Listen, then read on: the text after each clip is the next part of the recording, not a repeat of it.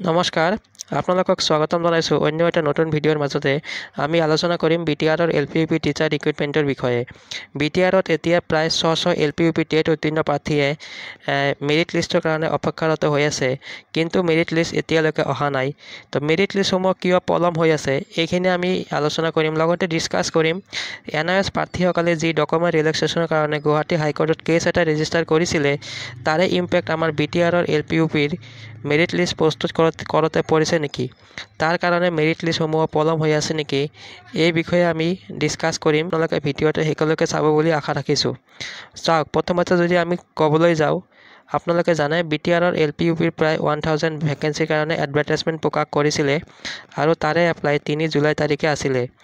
আৰু তাৰ পাছত আপোনালোকে চাবলৈ পাৰিছিলে অতি কম সময়ৰ ভিতৰতে ডকুমেণ্ট ভেৰিফিকেশ্যনৰ কাৰণে ন'টিছ এটা পাব্লিছ কৰিছিলে আৰু ডকুমেণ্ট ভেৰিফিকেশ্যন 10 জুলাইৰ পৰা 19 জুলাইলৈকে ৰখা হৈছিলে।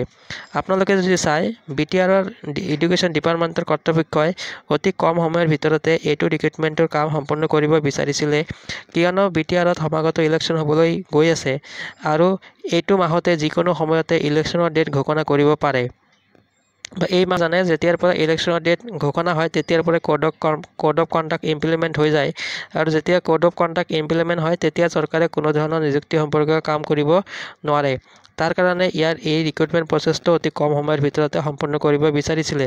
আৰু এই পৰিপ্ৰেক্ষিতত আপোনালোকে চাবলৈ পাৰিছিলে বিটিআৰৰ চিফ প্ৰমোদ বড়ো ছাৰ ডাঙৰীয়াই কৈছিলে যে 31 জুলাইৰ আগতে এই ৰিক্ৰুটমেণ্টৰ কাম সম্পূৰ্ণ কৰিব আৰু 1000 এলপিইউপি শিক্ষকক এপইণ্টমেণ্ট দিয়া হ'ব, কিন্তু এইটো আচলতে নহ'ল।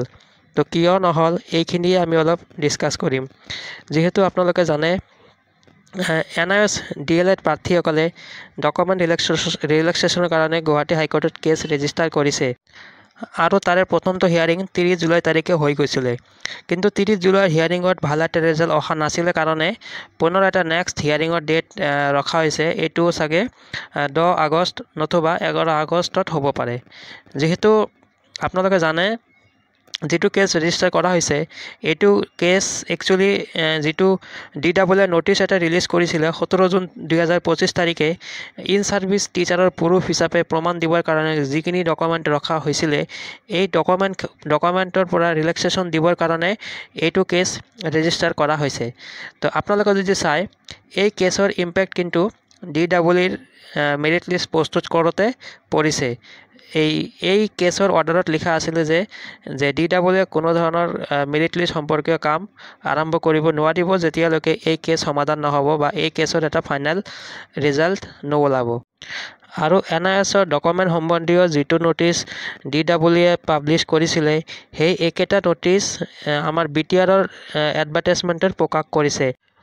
গতিকে যিহেতু একেটাই ন'টিছ দুটা ৰিক্ৰুটমেণ্টত প্ৰযোজ্য হৈ আছে, তাৰ পৰা আমি এইটোৱে অনুমান কৰিব পাৰি যে এইটো কেছৰ ইম্পেক্ট বিটিআৰৰ মেৰিট লিষ্ট প্ৰস্তুত কৰোঁতেও পৰিছে যেন মোৰ অনুভৱ হয়।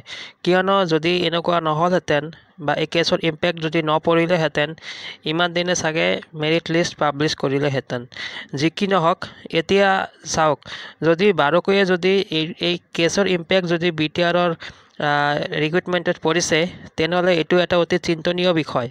কিয়নো আপোনালোকে জানে এই কেছৰ নেক্সট হিয়াৰিং আছে 10 আগষ্ট নহ'লে 11 আগষ্ট, আৰু তাৰ পাছত যদি পুনৰ এটা হিয়াৰিঙৰ ডেট দিয়া হয়, অৰ্থাৎ 10 আৰু 11 আগষ্টত যিটো হিয়াৰিং হ'বলৈ গৈ আছে, এই হিয়াৰিংটো যদি ভাল এটা ফলপ্ৰসূ নহয় তেনেহ'লে নেক্সট হিয়াৰিং এটা ডেট যদি আহে তেনেহ'লে চাওক আপোনালোকে, যিহেতু এইটো মাহৰ লাষ্টত চাগে আমাৰ বিটিআৰৰ ইলেকশ্যনৰ ডেট ঘোষণা হ'ব পাৰে, আৰু ইলেকশ্যনৰ ডেট ঘোষণা হোৱালৈকে যদি এইটো কেছ সমাধান নহয় তেনেহ'লে আপোনালোকে চাব কোড অফ কণ্ডাক্ট লাগি যাব, তেতিয়া এই ৰিক্ৰুটমেণ্টটো তাতে ষ্টপ হৈ ৰ'ব আৰু পুনৰ আৰম্ভ হ'ব ইলেকশ্যনৰ পাছত।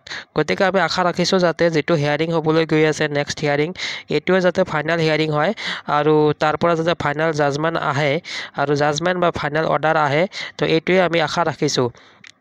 তো এইখিনি আমি আলোচনা কৰিবলৈ ভিডিঅ'টো প্ৰস্তুত কৰিছোঁ। তো ভিডিঅ'টো আমি ইমানতে সামৰিছোঁ। Thank U.